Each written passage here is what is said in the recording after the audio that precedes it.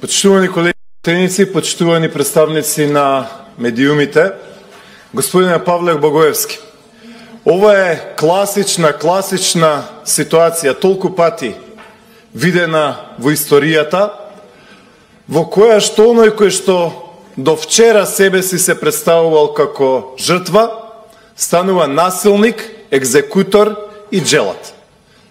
Вие сега, господине Павле Богоевски, тука изигравате Робеспиер на вашата револуционерна правда, имате намера да му ги искршите нозете и да му го загорчите животот и уништите животот на секој еден кој што се осмелил да ви се спротистави и да не се согласува со вас. Господине Павле Богоевски, шарени револуционери, менувачи на уставот. Да не се лажеме, ова е одмазда кон Љупчо Димовски, пратеник во Собранието на Република Македонија, затоа што не гласаше за уставните измени, за промена на уставното име на Република Македонија. И вие и јас, Павле Богоевски, и колеги од СДСМ, знаеме дека понудата до Љупчо Димовски беше да гласа за уставните измени за промена на уставот и дека ќе куртули од политички прогон. Уцената беше неколку пати кажана до него. И сите го знаеме тоа. Затоа што и тука има пратеници, да не се лажеме, на кои што им се нудени дилови, на кои што им се нудени цифри и уцени и закани. Не се смејте, колеги од СДСМ, затоа што знаете дека ова е вистина. Знаете дека сте кабает и знаете на кој начин обезбедивте 81 пратеник.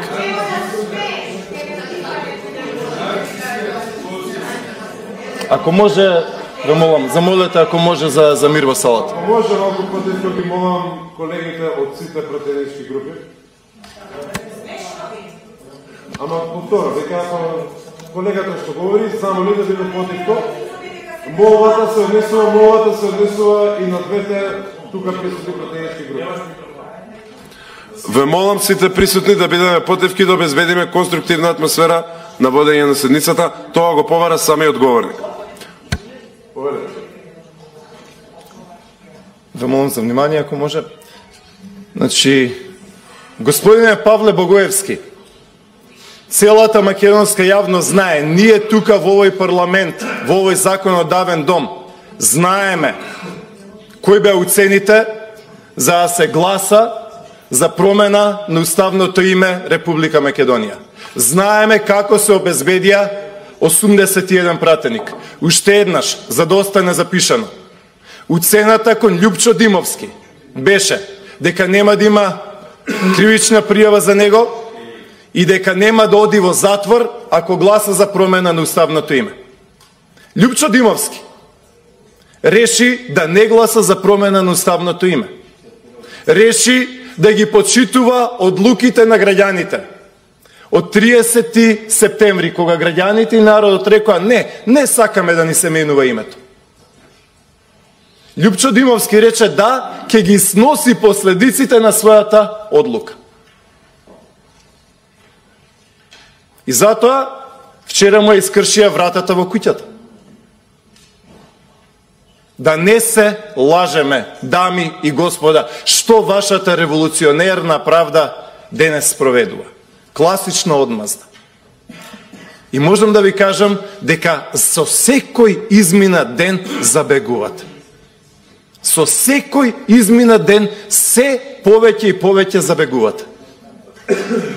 Ако Љупчо Димовски нешто сгрешил, нека го докажува тоа на судот. Судот нека цени. Но оваа ваша желба, овој ваш мотив, за што побрзо да го ставите човекот во притвор и да зажали затоа што ви се спротиставил, а решил да го почитува она што се нарекува народна волја и не гласање на народот на референдум, да зажали заради тоа. И да не се лажеме. Тоа е вистината. како што е вистина дека нудевте на пратеници 1, 2 милиони, 3 милиони евра. Така го обезбедувавте мнозинството. И слобода. Тргувавте со судбини на семејства. За да ги вадите таблите кај што пишува Република Македонија. И затоа сега молчите. Затоа што знаете дека е тоа вистината.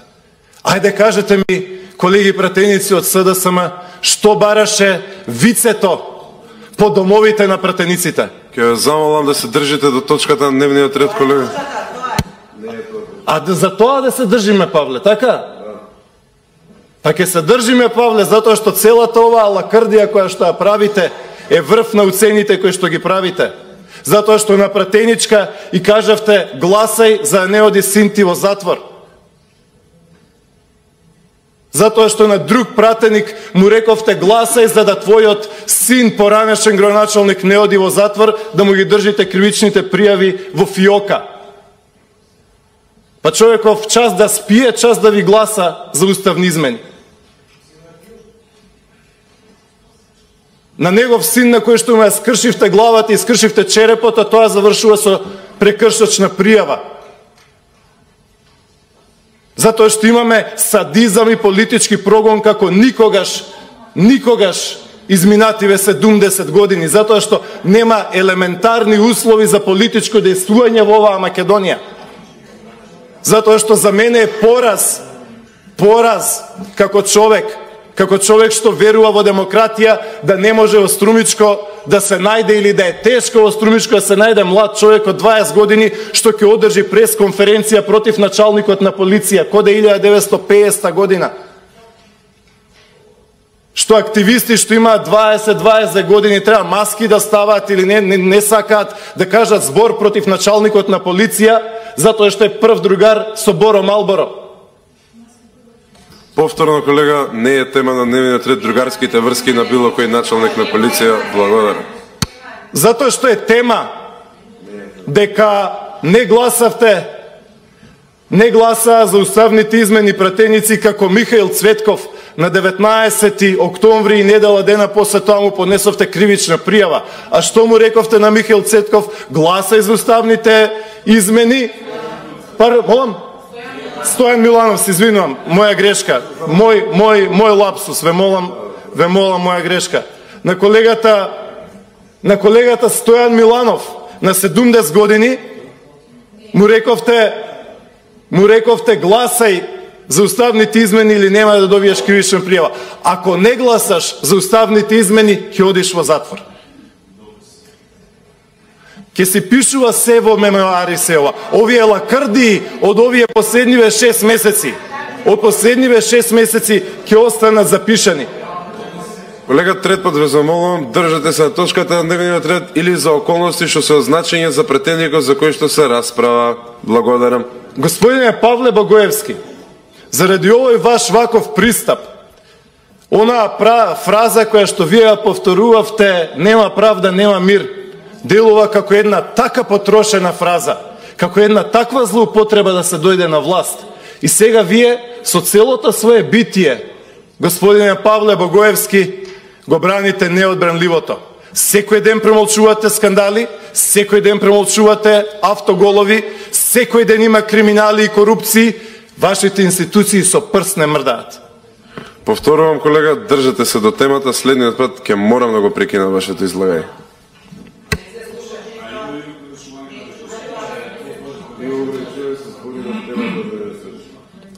И затоа, почитувани присутни, имаме ситуација во која што ваквите шарени револуционери, кои што немаат ни буква веќе задржана од идеалите за кои што дошле, сега се однесуваат во овој парламент вака како што се однесуваат.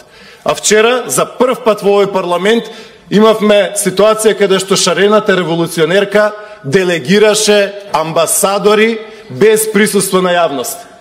Е тоа ви е таа шарена манипулација, колеги пратеници и македонска јавност.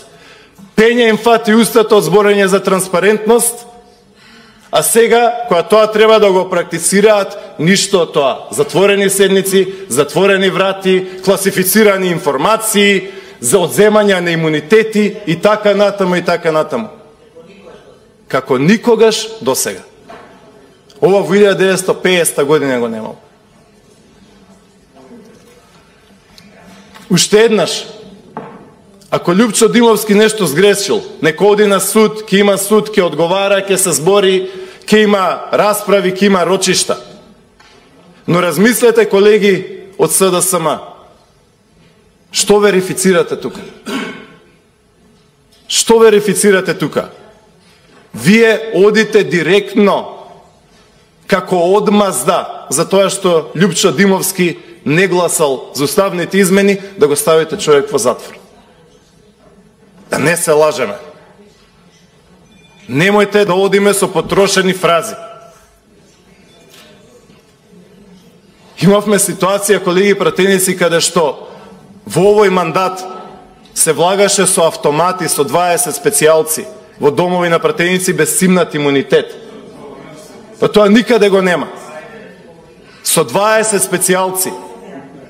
Еве има и тука пратеничка. 20 специјалци во Газибаба со автомати пред незините 3 деца. Со скршени врати во Пеца Бајле. Значи, почитувани присутни, ви препорачувам и апелирам до вас да размислите за својата одлука. Затоа што ова не е патот на помирување, симнување на тензиите и оправање на состојбите во Македонија. Во Македонија нема елементарни услови за политичко действување. Почнете од своите. Имате на ниво на Македонија 5000 функционери. Подрачни началници, градоначалници, нивна администрација, директори, јавни предпријатија, целата власт имате во Македонија. Сакате да ми кажете дека изминативе 2 години од тие 5000 ваши функционери ниједен не бил во офсайд?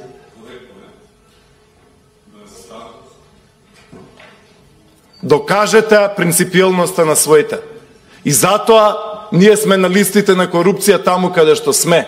И затоа лондонски економист, најважниот светски магазин, ќе порача дека живееме во хибриден режим. Власта на Зоран Заев е хибриден режим. Цитат.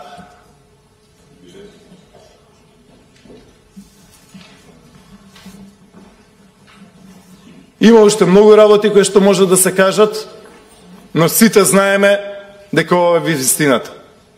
Не ги малтретирајте луѓето затоа што не се согласуваат со вас.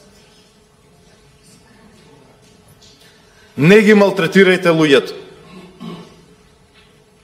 Докажете принципиелноста на своите, докажете принципиелноста која што немате на поголем број на коалициони партнери. Имате поле за работа секојдневно, ама таму со прст не мрдате. Значи, вашите потрошени фрази нема правда, нема мир, веќе кажувајте ги на друго место. Благодарам.